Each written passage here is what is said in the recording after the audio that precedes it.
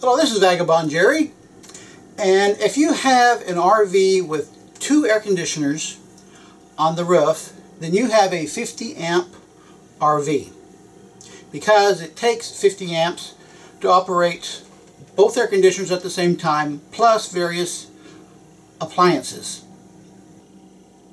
Now, smaller RVs have just 1 air conditioner, and they will be a 30 amp RV. So if you have a 50 amp RV, you want to always look for RV parks or campgrounds that have 50 amp connections. However, a lot of RV parks and campgrounds only have 30 amp connections. And that's because way back when, RVs only had 1 air conditioner and the standard was 30 amps. And then later, when the larger RVs came out with 2 air conditioners, they had to have 50 amps, and many campgrounds and RV parks have not upgraded to 50 amp. And then a lot of them will have 50 amp on some sites and only 30 amp on other sites. So if you have a 50 amp RV, you are going to find yourself from time to time in a campground or RV park that has only 30 amp, and you just have to live with that. However, there are a couple things that you can do to increase your amps that are available to your air conditioners, because you can run 2 air conditioners on 30 amp only under a certain condition that I'm going to tell you about. And it involves this electrical control panel. There are many brands of these electrical control panels, and each brand has 2 or 3 or 4 or 5 different models.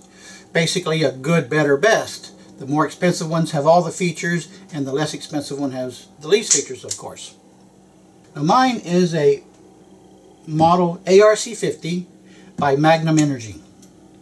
So the first thing you can do to free up more amps available to the air conditioners is to turn off the battery charger. Now, mine has a simple button you press here to turn off the battery charger. Now, that does 2 things.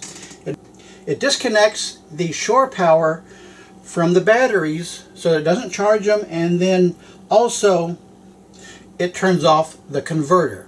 And what the converter does is use the AC power coming from the shore power to run all the 12-volt appliances. So turning off the battery charger and the converter will help a little bit in providing more amps, but really not enough. Option number 2 will free up enough amperage so that you can run both air conditioners off of 30 amps, and I do that myself on a regular basis. You need to have an electrical control panel that has a feature called Auto Connect. And what the Auto Connect feature does is it turns off the shore power from anything that is plugged in to the inverter. And the inverter runs all of the AC appliances off of the batteries, with the exception of the air conditioners and a few other things. So with it on the Auto Connect mode, then the batteries will be powering all of the appliances that are plugged into the inverter. The clothes washer and dryer, a dishwasher, and a fireplace type space heater if you have one, and also an electric water heater. Those items are powered by the shore power only. So everything else then will be powered by the batteries. And that way, providing you're not washing or drying clothes or using the space heater or your electric water heater, then all 30 amps coming from the shore power can be available to the air conditioners. And like I said, you can run both air conditioners at the same time off of 30 amps providing that you have air conditioners that don't use too many amps. Now, older air conditioners will use more, and with some of the older units you may not be able to run both air conditioners at the same time. But some of the more modern air conditioners take fewer amps than the older models. But even so, you're always going to be running very close to your 30 amp allotment coming from the shore power. And when an air conditioner compressor kicks on, it momentarily spikes up considerably just to get it started, and then it settles down to its normal amperage. And a lot of air conditioners will run on somewhere between 12 and 15 amps. So that, like I said, will put you very close to that 30 amp limit. And recently, when I was not on Auto Connect, and I was plugged into 30 amp, I had one air conditioner going. My refrigerator was running. I was cooking something in the microwave. And then I turned on my toaster oven. And when I turned the toaster oven on, that was just going too far, and that blew a breaker. And when you blow a breaker, it shuts down the whole electrical system until you reset the breaker. So you really don't want that to be happening. However, some of the more modern motorhomes have a feature that if you are getting up to your maximum amps, like the 30, then it will shut down one of the air conditioners so that you won't trip a breaker.